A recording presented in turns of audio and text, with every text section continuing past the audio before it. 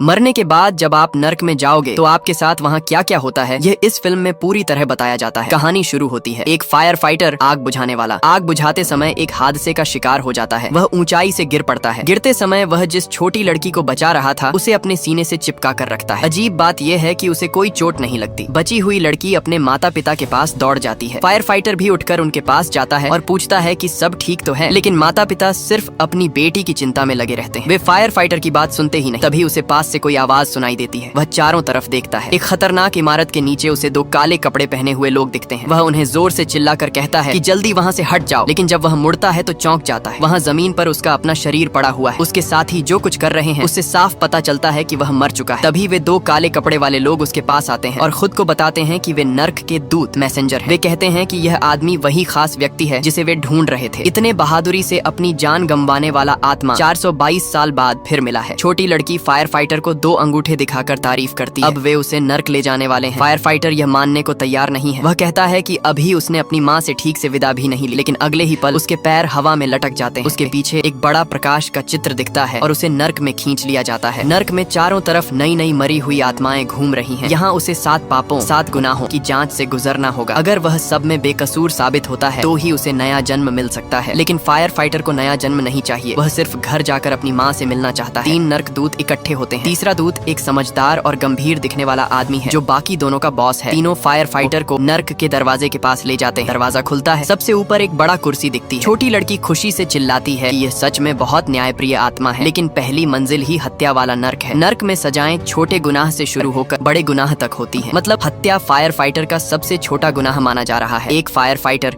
जो रोज लोगों की जान बचाता है उसे हत्या का आरोप लगाया जाता है। फायर फाइटर कहता है कि उसने कभी किसी को मारा नहीं, लेकिन दूत समझाते हैं कि अगर तुम्हारी बातों, हरकतों या सोशल मीडिया की हिंसा से किसी की मौत हो जाए तो वह भी हत्या का गुनाह माना जाएगा। अचानक फायर फाइटर के पैरों के नीचे का पत्थर फट जाता है और लावा का ज्वालामुखी बन जाता है। नीचे देखने पर अनगिनत आत्माएं जल रही हैं। वे सब जिंदगी में हत्या जैसे पाप करके आए। फायर फाइटर दया आकर किसी को बचाने की कोशिश करता है, लेकिन जैसे ही वह किसी का हाथ पकड़कर ऊपर खींचता है एक भयंकर चेहरा वाला व्यक्ति उसे डांटता है। वह हत्या वाले नर्क का राजा दावांग है। दावांग पूछता है कि एक आग बुझाने वाले काम में तुमने अपने साथी को बचाने क्यों छोड़ दिया, जिसकी वजह से वह मर गया। फायर फाइटर शर्म से कुछ बोल नहीं पाता। 2 जज मिलकर उसे डरपोक और अपनी जान बचाने वाला बताते हैं और सजा देने की तैयारी करते हैं। तभी फायर फाइटर की तरफ से बचाव करने वाला नर्क दूत आगे आता है। वह सच्चाई बताता है। उस वक्त इमारत गिरने वाली थी। साथी ने खुद कहा था कि पहले तुम अंदर जाकर लोगों को बचा लो, फिर मुझे बचाना। उस दिन फायर फाइटर ने 8 लोगों को बचाया था। जब वह साथी को बचाने गया तो इमारत गिर गई। सब सुनकर दावांग फैसला सुनाता है कि फायर फाइटर बेकसूर है। नर्क की यह सुनवाई फायर फाइटर के दिल से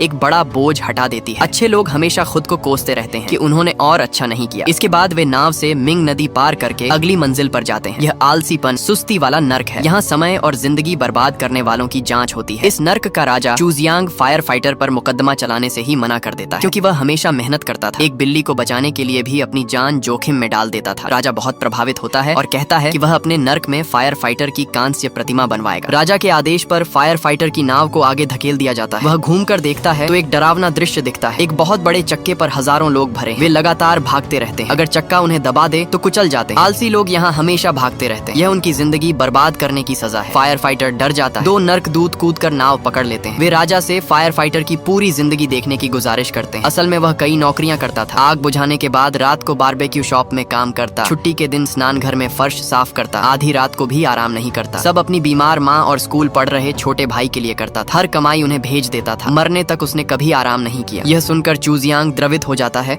और फायर फाइटर को बेकसूर घोषित कर देता है। फिर वे तीसरी मंजिल की ओर जाते हैं। रास्ते में बहुत सारी गुस्साई हुई आत्माएं, अन्याय से मरे लोग आ जाती हैं। 2 दूत हथियार निकालकर फायर फाइटर की रक्षा करते हैं। आत्माओं को मारते समय वे बताते हैं कि तुम्हारा कोई रिश्तेदार दुनिया में अन्याय से मरा है, उसी की वजह से यहाँ बवाल हो रहा है। फायर फाइटर घबरा जाता है और सबसे पहले अपनी कमजोर माँ का ख्याल आता है। किसी तरह आत्माओं से बचकर निकलते हैं। मुख्य दूत दुनिया में जाकर पता लगाने जाता है कि कौन अन्याय से मरा है। वह फायर फाइटर के घर जाता है। वहाँ माँ को जीवित देखता है। माँ बोल नहीं सकती, इशारों से पूछती है कि तुम कौन हो। दूत आंसू बहाकर झूठ बोलता है कि वह फायर फाइटर द्वारा बचाया गया व्यक्ति है। माँ की आंखें नम हो जाती हैं। वह दूत को गले लगा लेती है। वहाँ पता चलता है कि अन्याय से मरा हुआ फायर फाइटर का छोटा भाई है। भाई की आत्मा दूत को देखकर भाग जाती है। दूत पीछा करता है। भाई की मौत का राज पता चलता है। सेना में ड्यूटी के दौरान एक नए सिपाही की बंदूक अनायास चल गई। भाई घायल हो गया, लेकिन मिडिल लेफ्टिनेंट मीडियम अधिकारी ने अपनी तरक्की बचाने के लिए भाई को जिंदा ही दफन करवा दिया। भाई एक दिन तक जमीन के नीचे जिंदा रहा और मरकर बदला लेने वाली आत्मा बन गया। अधिकारी ने झूठ बोला कि भाई भाग गया। डिजर्टर। नया सिपाही डर और अपराध बोध में जी रहा था। दूत ने सब देखा। आखिरकार नया सिपाही माँ के पास जाकर सच बताने और खुद को फांसी लगाने जाता है। भाई की आत्मा अंत में नया सिपाही को बचाने की गुजारिश करती है और कहती है कि अब वह उसे माफ कर चुका है। भाई की नाराजगी शांत हो जाती है। दूसरी तरफ फायर फाइटर ने झूठ, अन्याय और विश्वासघात वाले नर्क पार कर ली, लेकिन हिंसा वाले नर्क में समस्या आ गई। स्कूल के समय उसने छोटे भाई को बिना वजह पीटा था। भाई बहुत कमजोर और कुपोषित था। पीटने के बाद वह घर छोड़कर चला गया था, इसलिए भाई ने कभी माफ नहीं किया। इस नर्क का राजा उसे दोषी ठहराता है। सजा देने वाला होता है तो बाकी दो दूत मदद मांगते हैं। मुख्य दूत भाई के शव के मामले में व्यस्त। वह कहता है कि आखिरी नर्क के साथ मिलाकर एक साथ सुनवाई करो, लेकिन अगर असफल हुए तो दोनों नर्क की सजा मिलेगी और हमेशा के लिए नर्क में रहना पड़ेगा। माँ को पता चलता है कि बेटा भागने वाला नहीं था। वह सेना छावनी में जाती है। अधिकारी माँ को धक्का देकर गिरा देता है। भाई यह देखकर फिर से गुस्से वाली आत्मा बन जाता है। वह बहुत बड़ा होकर अधिकारी पर हमला करता है। दूसरी तरफ नर्क में भी तूफान आ जाता है। फायर फाइटर रेत में फंस कर दबने लगता है। बड़े भाई को देखकर चौंक जाता है। दूत उस वक्त उसे पकड़ लेता है। आखिरकार वे अंतिम नर्क, परिवार संबंधी नर्क पहुंचते हैं। यहाँ फायर फाइटर का सबसे बड़ा गुनाह था परिवार को चोट पहुंचाना। यहाँ यमराज खुद फैसला सुनाते हैं। फायर फाइटर को बोलने का मौका भी नहीं देते। उस रात उसने माँ को भी मारने की कोशिश की क्योंकि दोनों बच्चे परिवार नहीं चला सकते। भाई ने रोकर रोका था। माँ को सब पता था, लेकिन जब भाई माँ के सपने में जाता है और माँ से कहता है कि वह बड़े भाई को माफ कर दे, तो माँ बोलती है कि उसने कभी भाई को दोष नहीं दिया, सब गलती अपनी मानती है। माँ और छोटे बेटे का गले मिलना देखकर सब भावुक हो जाते हैं। फायर फाइटर माँ के पास दौड़कर गिर पड़ता है। माँ ने माफ कर दिया तो नर्क उसे सजा नहीं दे सकता। आखिर में फायर फाइटर को नया जन्म मिल जाता है। अपनी जिंदगी में हम परिवार को बेहतर जीवन देने के चक्कर में बहुत मेहनत करते हैं, लेकिन भूल जाते हैं कि उन्हें सबसे ज्यादा जरूरत हमारा साथ और वक्त की होती है। अगर आपके पास मौका है तो अपने परिवार को समय दो और हमारे चैनल को लाइक और सब्सक्राइब करना ना भूले।